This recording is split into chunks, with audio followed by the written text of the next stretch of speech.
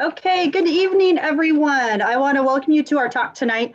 We have the Archaeology and History of the Torrey Pine State Natural Reserve by Kathleen Dickey. My name is Stephanie Sandoval, and I'm the Public Archaeology Director at the San Diego Archaeological Center. For those who have not been to the Archaeological Center, I know we have a very large crowd tonight watching us on YouTube as well. We are dedicated to the preservation of local archaeological collections, and our focus is on curation and research and education.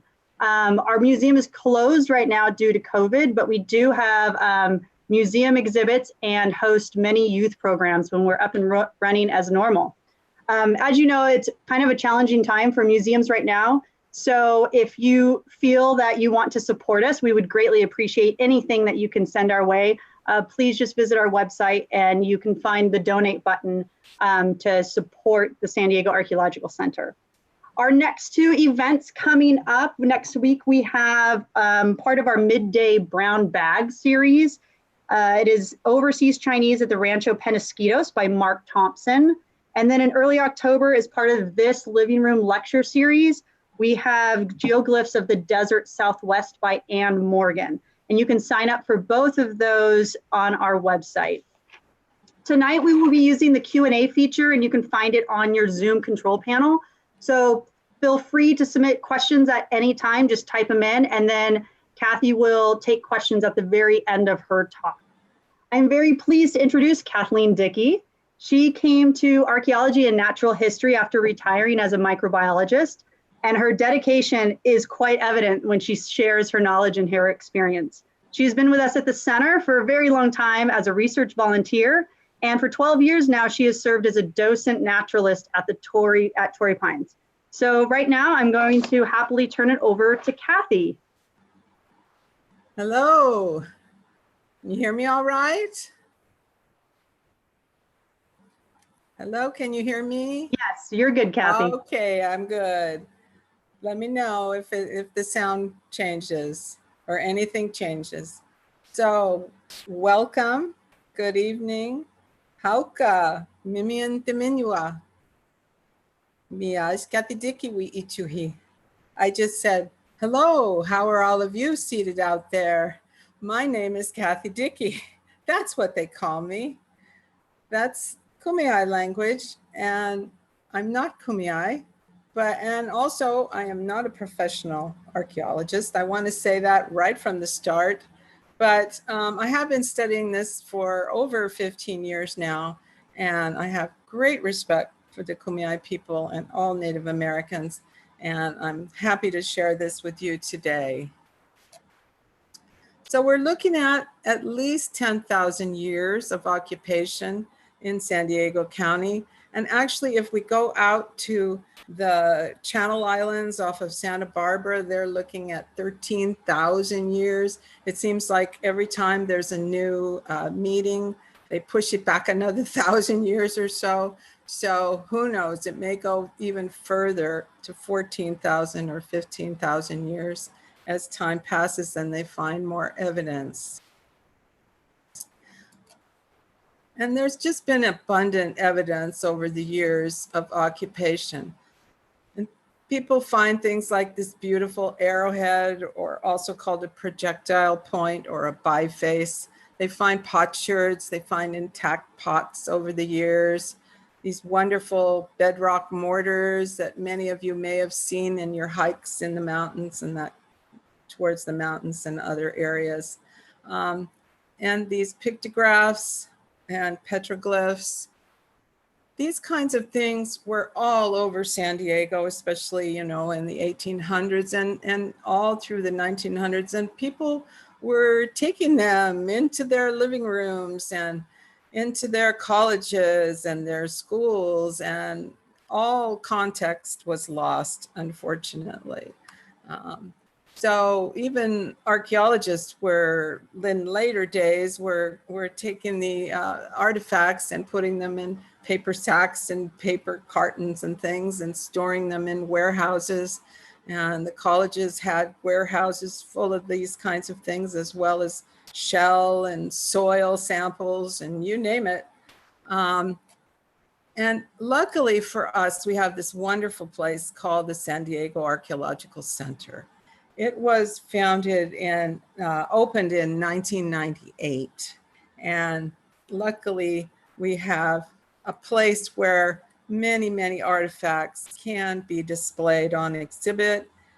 They also have lectures like these and classes for kids and adults. It's a wonderful place, but their primary purpose is to curate collections. And they curate over 1,330 collections from all over San Diego. And that's the equivalent of over 2 million artifacts. And that represents about 3,200 archaeological sites, which is only about 10% of the total archaeological sites in San Diego. Now, of course, many archaeological sites are left intact and not excavated, but there's still a lot of colleges and a lot of living rooms and garages that have lots of artifacts all over San Diego still today. They work very, very hard to curate those collections. Here we go with Torrey Pines State Natural Reserve. For those of you who aren't familiar with it, it's about 2,000 acres. And everyone knows about our beautiful plateau with sandstone cliffs here at the reserve. There's the Torrey Pines State Beach, big, long, beautiful state beach next to cliffs. A lot of people don't realize that this Penasquitos Lagoon, this huge area, is also part of the reserve. In fact, it's a preserve, so it's protected at an even higher level. We have the rarest pine, Pinus torreyana, at Torrey Pines, the rarest pine in North America. There's multiple habitats, but very little fresh water in this area. So looking at the archaeology of Torrey Pines State Reserve, since the 1920s, over 100 sites have been found within the reserve, and there's another 150 sites within 1 mile of the reserve. And if we encompass the entire watershed of Penasquitos Lagoon and all the creeks that fled into it going way out to the mountains, there's 552 sites, and about half of those have been now lost to development. We have to keep in mind, since we're talking about hundreds and thousands of years ago, during the Ice Age, that the shoreline and the cliffs were about a half mile further out than today. So many of the artifacts and archaeological sites have literally fallen off a cliff into the ocean. You know, the folks who go out with their scuba diving and their snorkeling are often bringing up these beautiful stone bowls that could have only been made by people. And they're off Torrey Pines State Beach, as well as off La Jolla, they find these things. So this looks complicated. I'm going to talk you through it. This is the culture history of the San Diego area. These are not different people over the years, but different artifact collections over the years, assemblages they're called. So imagine that this is just a big pit, and we're going down the pit to 10,000 years ago, perhaps even more, as I said, 13, 14,000 years ago. And at the bottom, the things that are found are very large spear points. These crescentics are so interesting, aren't they? This is our California state artifact because it looks like a bear. It's a real tiny little thing, about an inch or an inch and a half across. No one knows exactly what they were used for. They're found up and down the coast here in San Diego County. They could have been used for straightening spear wood or something like that, or an all-purpose kind of a wrench thing or Swiss Army knife. Some people say they were thrown at birds, although I find that hard to imagine, but perhaps. No one really knows. But going up from 10,000 years ago, as we proceed up the thousands of years, imagine these darts get smaller. So atlatls were introduced. The other thing that changes over time as we go up until this dotted line here, this is called the late period or late prehistoric period, and before it, the archaic period. Right here at this dotted line, you'll notice there was a dramatic change. The introduction of things like pottery. We went from full burials to cremations. That's huge.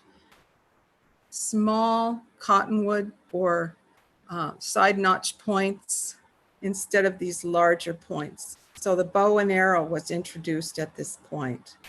And then the obsidian, instead of coming from the Eastern Sierra, came from Salton Sea, obsidian, butte obsidian. So we don't know what happened. Was this an introduction of new people?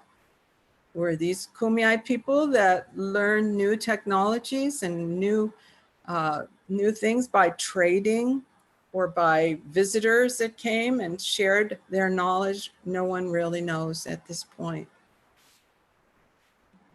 So looking at archaeology in the reserve area, most of the sites are since 3,000 years ago, so more recent. They include small surface scatters of lithics or stone and ceramics or little potsherds. There were many temporary camps with hearths with fire-affected rock, like this one on the right.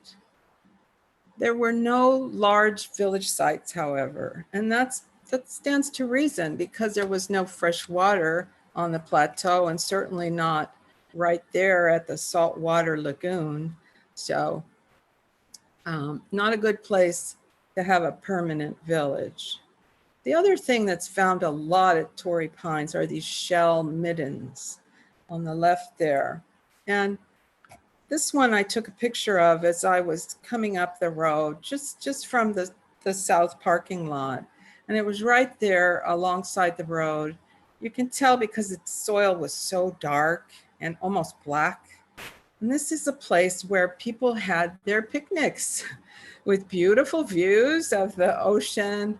And why not? You know, they were having, perhaps they were cooking the clams, the oysters, the scallops, the abalone, all kinds of shellfish, and then eating them and depositing shells for year after year after year until these very large shell middens grew. This is a nice chart put together by Marla Mealy, our state archaeologist, and it shows the reserve with 29 of the archaeological sites here, starting from just a few hundred years ago, all the way down, you see, and some of the occupations were longer than others. Some of the deposits had longer datings. We go till all the way till over 7,000 years ago. I'm going to show you some artifacts, but before I do, I thought maybe some of you weren't familiar with the terminology. So you may have heard of flint knapping or stone knapping. Well, this we can is like a cobblestone, a nice hard, perhaps granite or some other cobblestone. This would be the hammerstone. And then it's being struck on a more friable type of rock. So some people used flint, others quartzite, obsidian, chert, jasper, all kinds of things like that. And as those pieces were struck off, this is called a core. All right, you can see that where that was cut off. And what happens is lots and lots of these flakes then are cut off of the core, and The little ones are called debitage, and the ones that are useful can be made into points like these beautiful cottonwood triangular points, or knives, or lots of other stone tools. So here's an example from one site near Broken Hills Trail area. This was supervised again by Marla Mealy. And this site was about 1,500 to 2,000 years before present. Look at all the pieces of stone tool manufacturing waste. We have an abundance of cobblestones over at Torrey Pines Reserve. So that stands to reason that they were probably making some tools over there. 3 hammerstones, 11 stone cores. Here's an example of one of the cores. 1 mano, which is a hand stone used for grinding acorns, seeds, perhaps small rodents. And 2 facially flaked stone arrow or knife points over here on the right. And look at all the shell, lots of shell. These studies continue at Torrey Pines State Reserve. There's always the potential for new yet undiscovered sites, especially after the heavy rains. We get these rivulets with cracks down the trails and down the sides of the cliffs. So it's important, if you do find something, not to remove the artifact, but let the rangers know so that the context, the provenance is not lost. This down here is an example of a docent trainee who was walking on the South Fork Trail and found this lovely example of a cottonwood point with its tip cut off.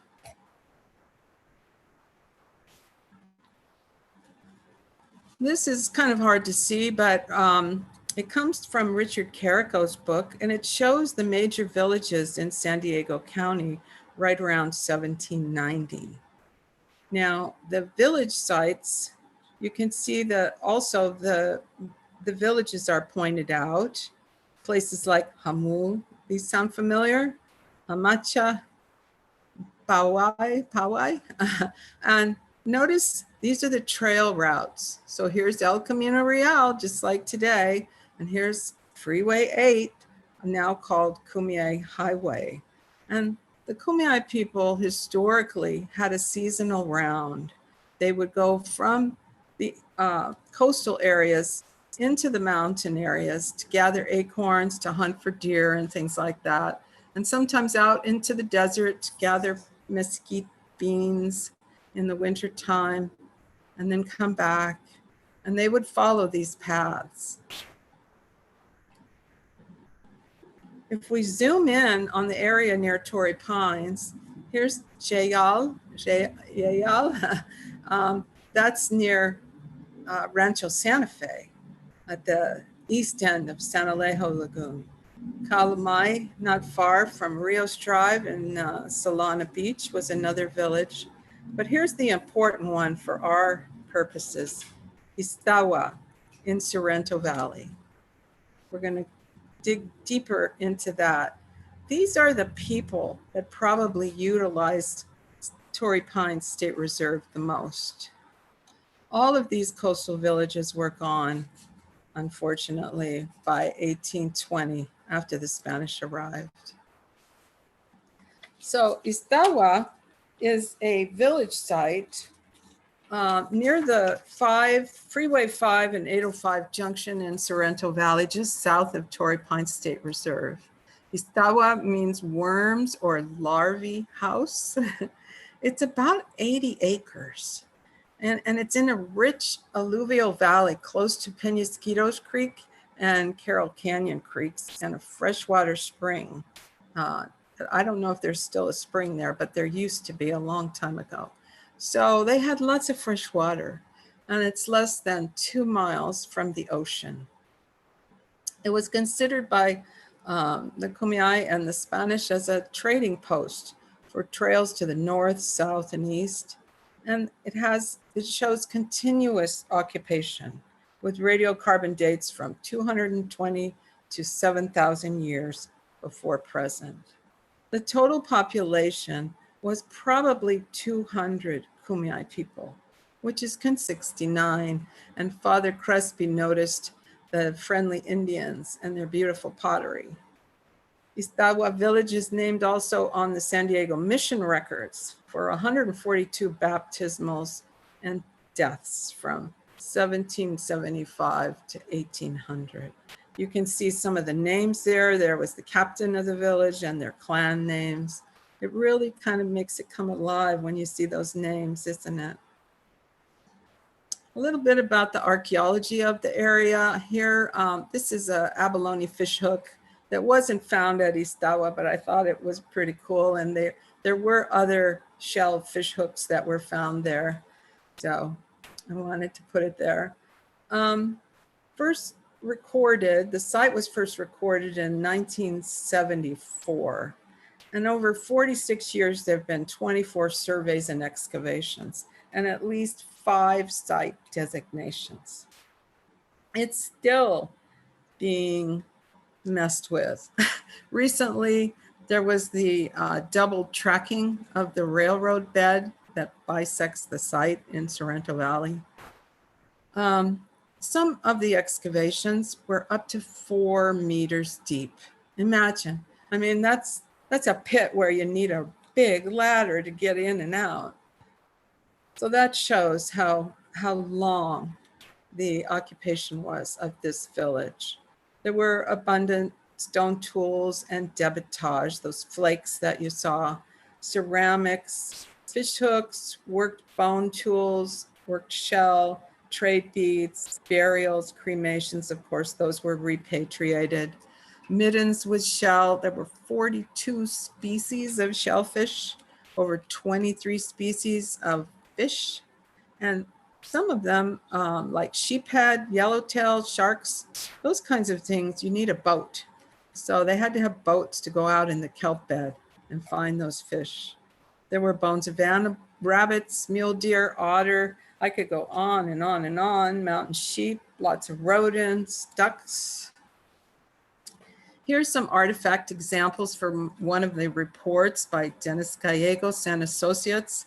They had to do some excavating because there was a water main break and it flooded that area, that village site. So they did some excavations, and here's some of the examples of what they found.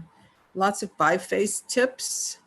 So more recent in that case, this wonderful stone pendant with looks like a cogwheel. Here's some work shell and shell beads. There's some more of those cottonwood, triangular bifaces, they're called. Interesting collection. There's some larger artifacts from that collection. This is a mano, a cobblestone that's been ground because it's been used for grinding acorns, grinding seeds, maybe grinding small rodents.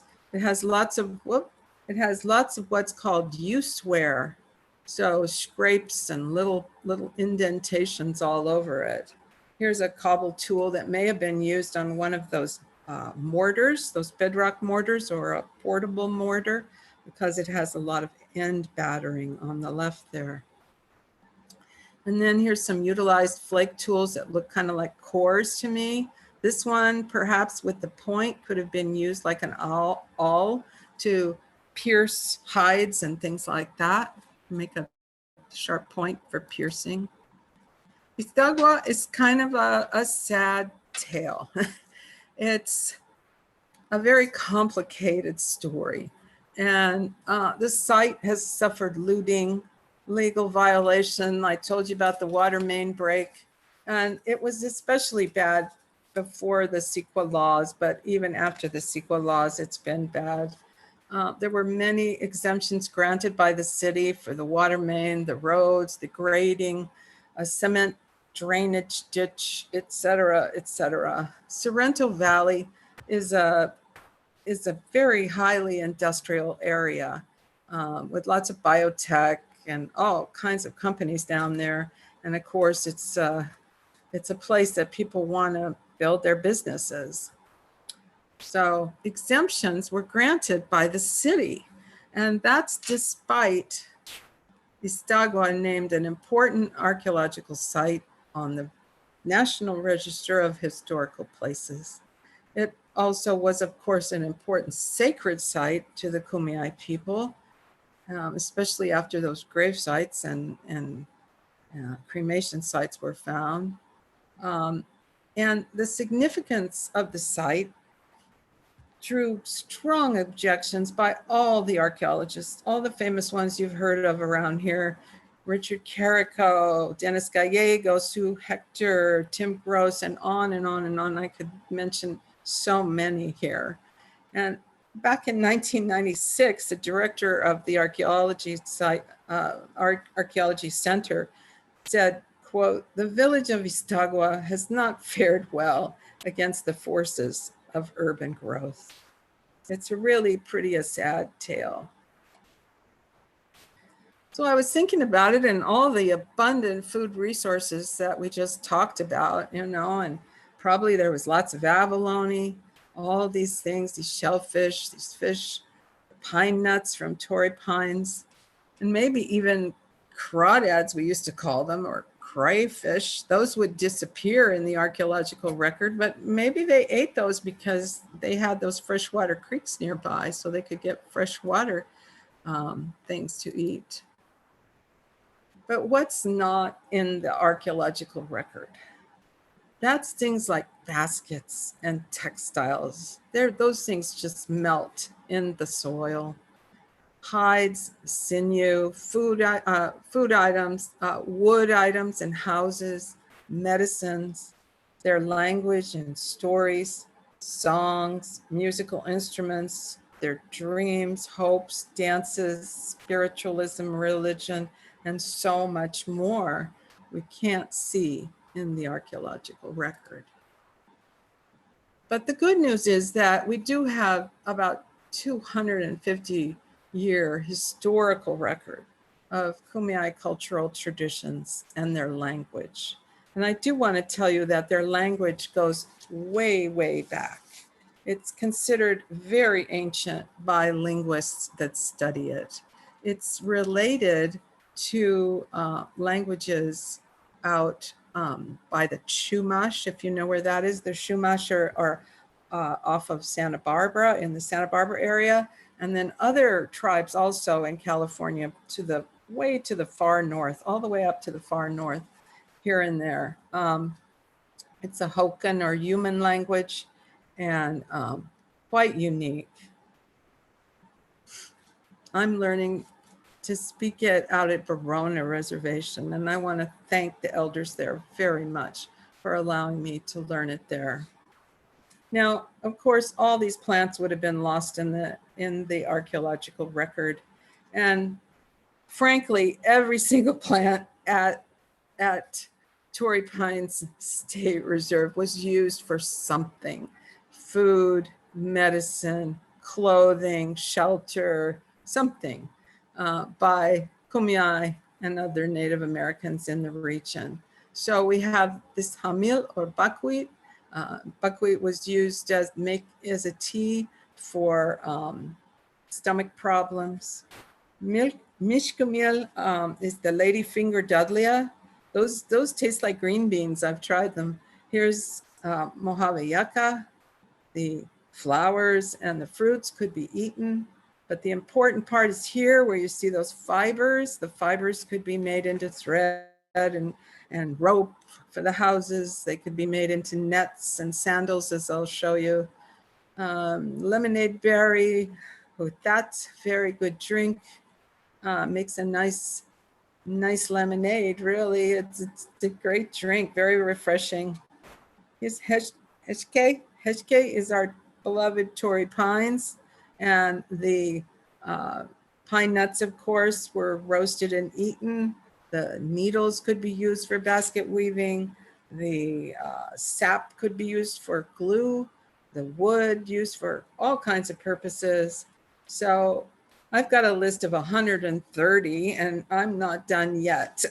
I'm working with my friend Nori Robbins, and we're trying to gather Kumeyaay names, Kumeyaay uses, for all these local plants, and the list is getting very long. Here's Delfina Cuero in 1900 to 1972. She that was her life, and she wrote with Florence Shippick an autobiography of Delfina Quero. It's very poignant. I encourage you to read it. Here's a quote from her while I take a sip because I'm getting thirsty. So she gathered the pine nuts right there, probably right at Torrey Pines, probably as late as the 20s, maybe even later. And the cones were roasted to get the seeds out. Likewise with the plants, Kumeyaay ethnozoology, pretty much every kind of animal, unless it was a sacred animal, like perhaps the eagle and others, was used for the meat. Lots of insects, lots of grubs, grasshoppers also. The lovely rabbit gave them rabbit skins they could use for rabbit skin blankets and shawls when it was cold. Here's some cultural traditions, mainly for the men and boys, and these would have been lost in the archaeological record.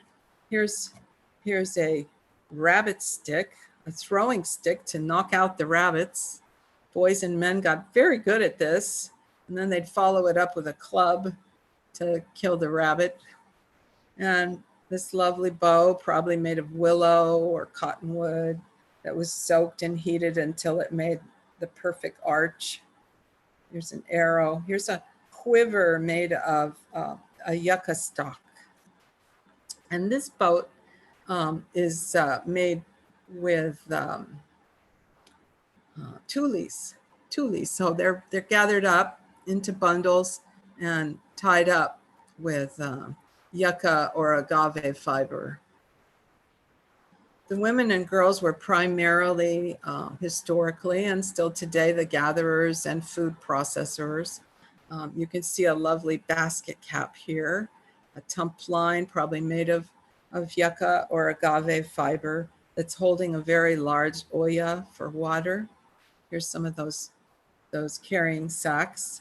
And these things did survive, of course, in historically and prehistorically.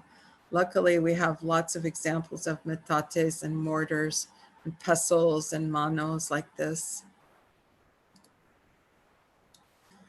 Basketry, though, is very fragile. And we can see the baskets from hundreds of years ago, but not the ones that perhaps were used in Istawa and on Torrey Pines Reserve. Baskets were made of juncus, deer grass, and here's one made of the inside part of the willow bark. This is a huge granary that was used for storing acorns, perhaps 4 or 5 feet across. Pine needles as well were used for the baskets. And I showed you some little potsherds. I thought you'd like to see some intact pots. These are at the Arc Center. They're oyas for water storage. They're huge. The other pottery examples here, you can see very few were painted. They just show these beautiful fire marks on them. A few were painted for ceremonial purposes. This one's a pipe. This might have been a little toy right here. Here's an example of the housing. This is an ewa made of willow, which is easily bent, and for the frame. And then on the top would be cattails or tules or perhaps other kinds of bushes that they used. And on the right there, someone's making themselves a rabbit skin blanket. And then here we have a reed mat that they could work on outside. The women, men wore very little clothing, just a loincloth and a belt for their tools. The women have these gorgeous skirts. These are willow bark skirts with an agave or yucca fiber belt. They were worn in 2 parts.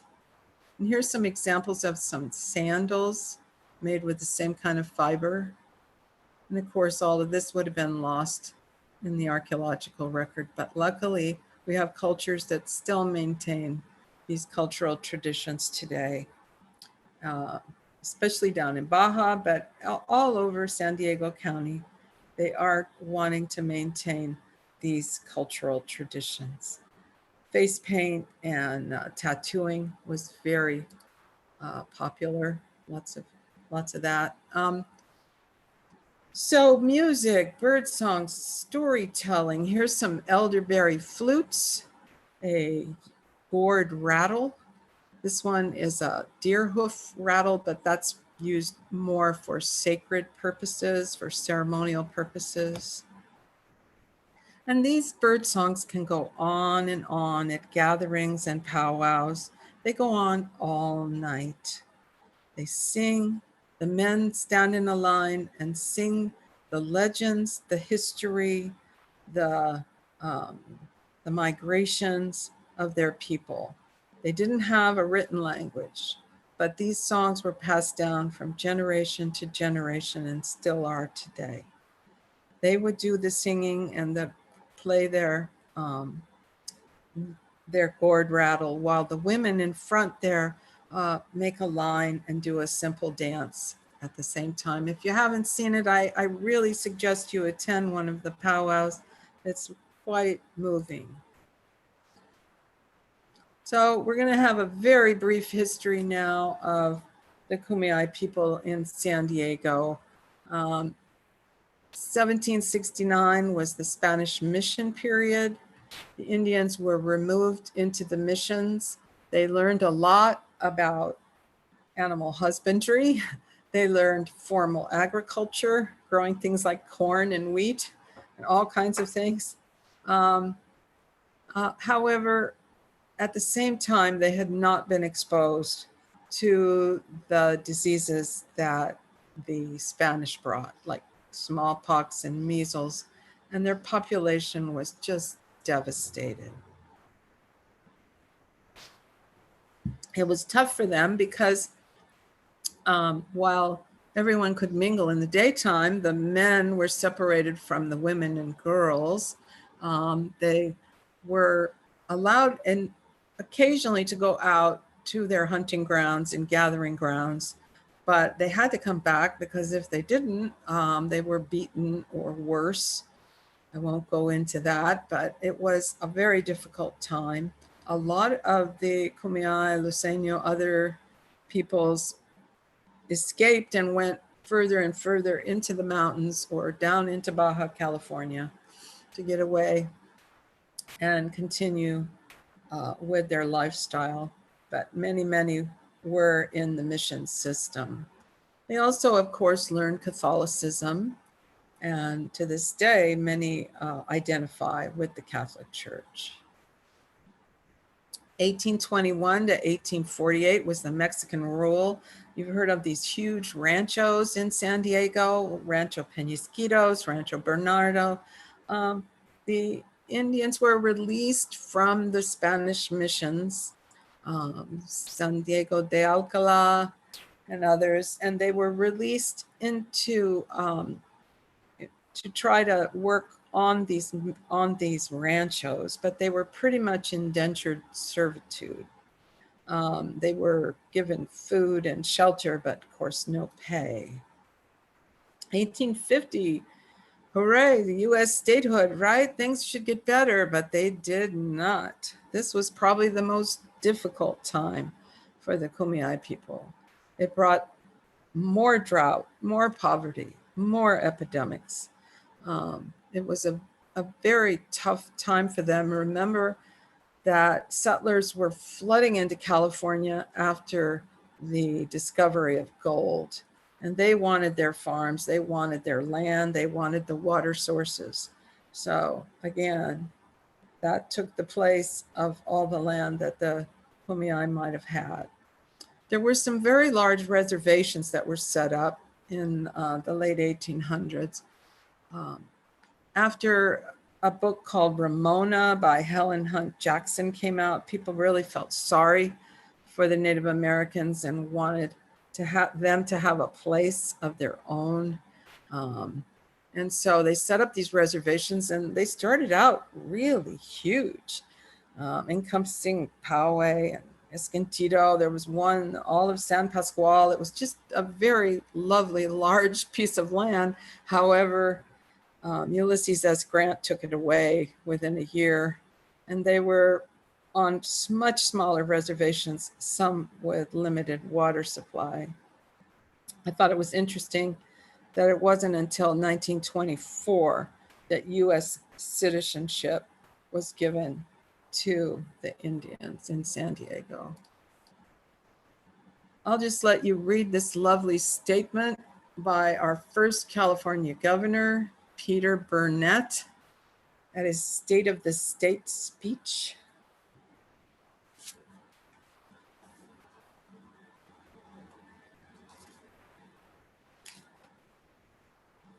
We have to keep in mind that this was the time of manifest destiny, of the Plains Wars.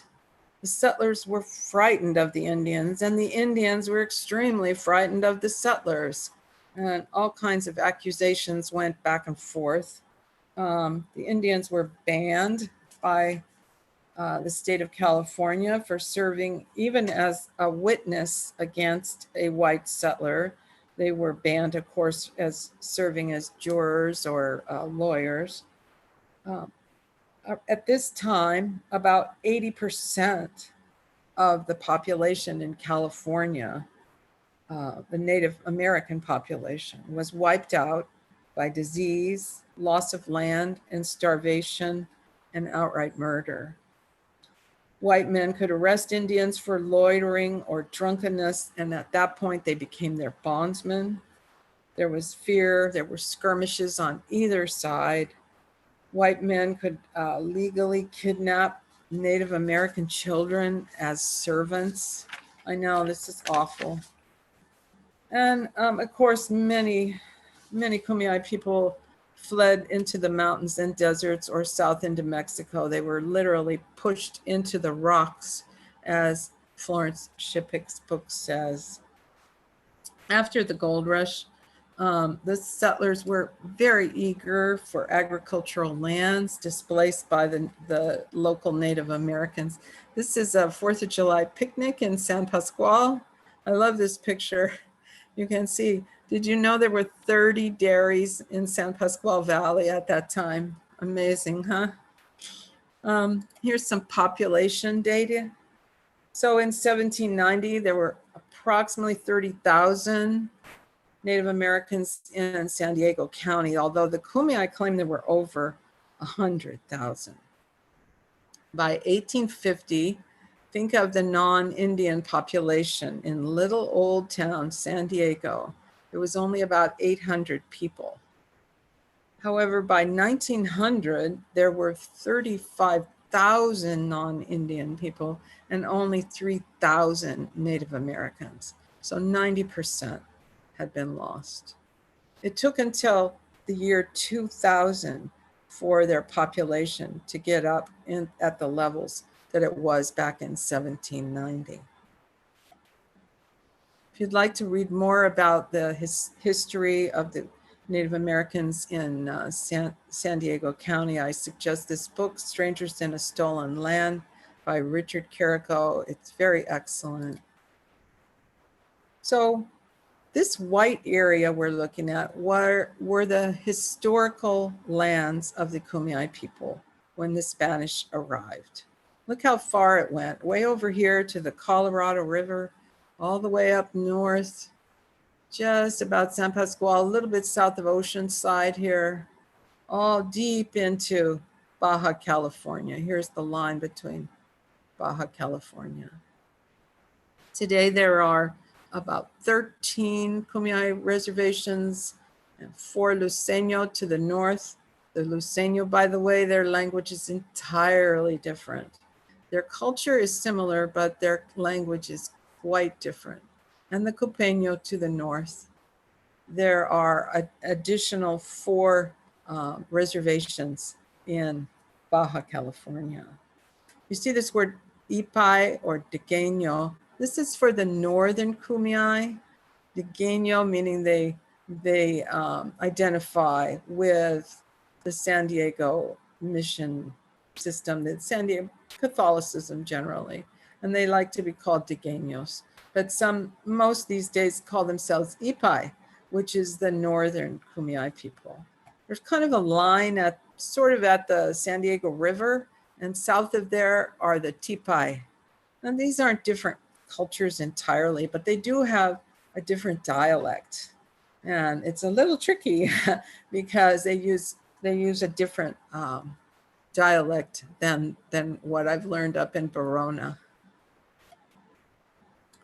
So here's how people sometimes think of the Kumeyaay people, the Ipai. They think of them as something from the far distant past. You know, I have children's groups that I take out at Torrey Pines, and sometimes they say, oh no, they're extinct. And I have to dissuade them of that idea. They are not extinct. They are a remarkable story of survival, especially during the 1800s when things were so tough for them, and the early 1900s too, I should say. They're an enduring people. It's really a miracle story of survival. I'm going to read you this from the National Museum of the American Indian in Washington. Quote, Native American culture was not and is not based on materialism, progress, and change. It is based on living in a sacred manner, living in harmony and tradition. To live in a sacred manner is to live with respect for the environment, for the community, and for oneself. So that is the most important thing I want to pass on to you today.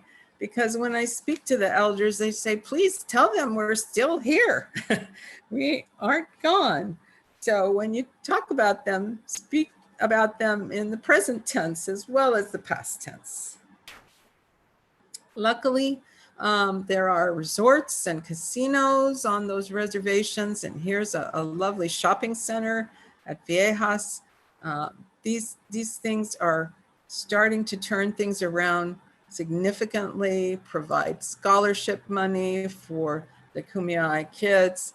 They provide the Indian charter schools, and there's tribal museums and cultural centers. There's even Kumeyaay Community College out by Siquan, where you can learn Kumeyaay, you can learn the history, you can learn ethnobotany and get college credit for it. Health centers have been set up, so good things are happening, but these people do want to maintain their language and their cultural traditions. I'd like to acknowledge Marla Mealy, the Associate California State Archaeologist, Jessica McPeters, Collection Manager at the Arc Center, Susan Mora Marco, also in the Collections Department. Also, I'd like to thank Cindy Stankowski for all I've learned from her, and Margie Burton, who I worked with for many years back in the lab area at the Archaeological Center, doing research on all kinds of groundstone and other things. I want to thank Carol Schultz. She wrote a great master's thesis in 1992 to try to put together this complicated story. A reconstruction of Istawa village was the title. And I'd like to thank countless other people, archaeologists like Philip DeBarros and Jim Amy at Palomar College, who taught me so much in the early days about archaeology. And I tromped around over in Cuyamaca with Phil DeBarros and got very dirty. So lots of other people I could thank that I don't have time for, but I especially want to thank the Kumeyaay elders, the Kumeyaay people. And I wanted to say Nya'am, or goodbye, literally, I am leaving, and Iye Ehan, which is thank you, literally, my heart is happy. All right, thank you so much, Kathy, and we are now going to be taking questions. Just as a reminder, please submit your question using the Q&A feature if you are on Zoom, and using the chat feature if you are on YouTube. All right. Our first question. Are there still preserved lands of Native Americans under protection? Are there still preserved lands for Native Americans under protection? Well, yes, certainly on those reservation systems, yes. And then other areas, these days, luckily, whenever archaeology is done, there's a Native American monitor. And if that area is found to be culturally significant, then those areas can be protected. All right, and our next I hope that answers your question. If not, send me another one. All right, next question. Does the Penasquitos Preserve have a higher level of protection because of its flora or because of the archaeological significance?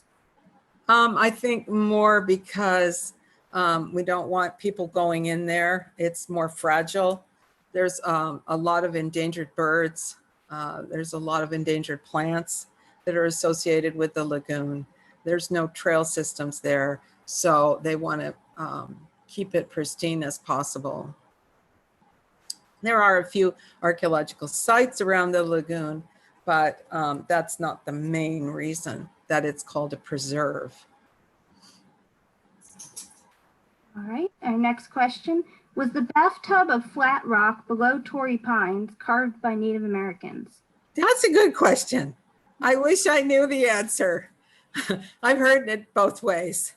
I've heard it that, yeah, they were the first ones to carve it. And I've heard, no, actually it was the early settlers, people who were there, making their bonfires, tearing down those trees and putting them on fire, unfortunately, and having picnics on the beach. There's been a lot of work in the very early days looking for coal, believe it or not. They were looking for coal and they were digging around in various places. Perhaps that's what happened to it. I really don't know. But I'll try to find out. Thank you. All right, we have another question. Have any of these sites been impacted by the wildfires? If so, what is being done to protect them? Yes, I'm sure they have. The wildfires have destroyed archaeological sites, I'm sure. Not destroyed them, but have changed them significantly. One of the things that I did in the early 2000s with Philip DeBarro's class in Palomar College was to go, as I said, to the Kumeyaay State Park. And this was after it was the 2007 fires. Remember how big those were? I think it was called the Cedar Fires. Anyway, they revealed a lot. And we did survey there and we found so much. I think we found 30 archaeological sites that were basically hidden in the foliage, hidden, and totally exposed after the fires. So yes, it could be that new sites have been found and also that others have been affected severely. Yes. All right. Another question is, were there any villages in Mira Mesa or was it too far from water? No village sites have been found. Just those temporary camps that I pointed out on the mesa itself. So yes, they really needed to be closer to the freshwater sources for village sites. If you noticed when I showed you the map of all the village sites, they're all next to creeks and rivers pretty much, all around San Diego County. All right, we have another question. Was there possibly any cotton used during the Kumeyaay time? Were there any, sorry, I can't hear. Was there any cotton used? Cotton. I think cotton was introduced in the Southeast, so no. You have to think of a time so long ago. There were no horses, there were no cows. So much of what we have, of course, all these resources we have now wasn't present then. But then they had an abundance of resources of a different sort. what do you feel is the greatest threat to the area and the artifacts? Oops, sorry. Looting and hauling off things. I think that's the greatest threat. And you know, just wanton development, unfortunately.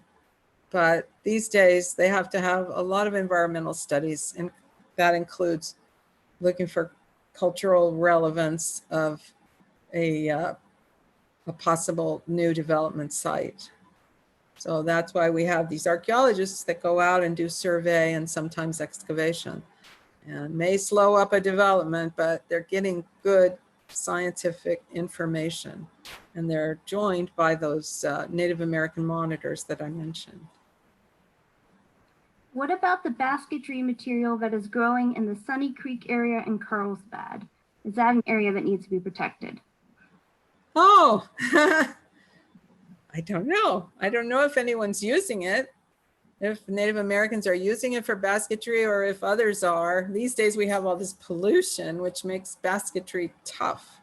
If you're talking about the Juncus acutus, that's okay for basket weaving, but if it's Juncus textilis, that's the preferred Juncus that's used for basket weaving, and that's a little bit further inland. As far as I know, areas aren't protected per se for gathering, for basketry and that sort of thing. Of course, nothing can be taken out of Torrey Pines State Reserve. I'm not familiar with the area that you mentioned, so I don't know if that's protected. All right, next question is, was Yastigua occupied year-round, and what was the population? They estimate no more than about 200 people at that village. Probably what happened, but this is a total guess on my part. I told you about the seasonal round where people would travel to go to the mountains to gather acorns in the fall and go in the winter out to the desert and then come back.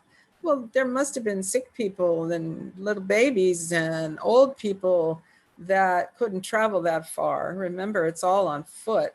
So probably they stayed at the village while the others went and did their seasonal gathering and hunting. But it does appear that there was continuous occupation. It may have been on and off, but it does appear continuous throughout all those years. Are there any archaeological sites in or around the Oceanside area? Yes, lots of them. Yes. And in Carlsbad, they found that crescentic I showed you, that's the California state artifact. That was 9,000 years old, imagine. Yeah, that was up near Agua Hedionda area. Oh yeah, there's lots of sites in Oceanside. There's sites in Camp Pendleton, all over Camp Pendleton. Mm-hmm. All right, we're almost to the end of our questions. So just a reminder, if anybody has any more questions, please go ahead and ask them now. Someone said the quote towards the end was beautiful. Could you repeat it, please? Could I repeat it? Sure, I'd be glad to. I'm glad you liked it. I liked it too. You know, it's a different outlook. It's a different mindset. Native American culture was not and is not based on materialism, progress, and change. It is based on living in a sacred manner, living in harmony and tradition. To live in a sacred manner is to live with respect for the environment, for the community, and for oneself. Okay? I think that is a fantastic quote and a great place to end on. So once again, thank you so much for tonight's talk, Kathy. You're very welcome. And thank you to everyone for attending tonight's Living Room lecture. Just as a reminder, our lecture series continues with Ancient Geoglyphs of the Desert Southwest on October 8th. For more information on this and other upcoming events, please visit our website, sandiegoarchaeology.org. Bye.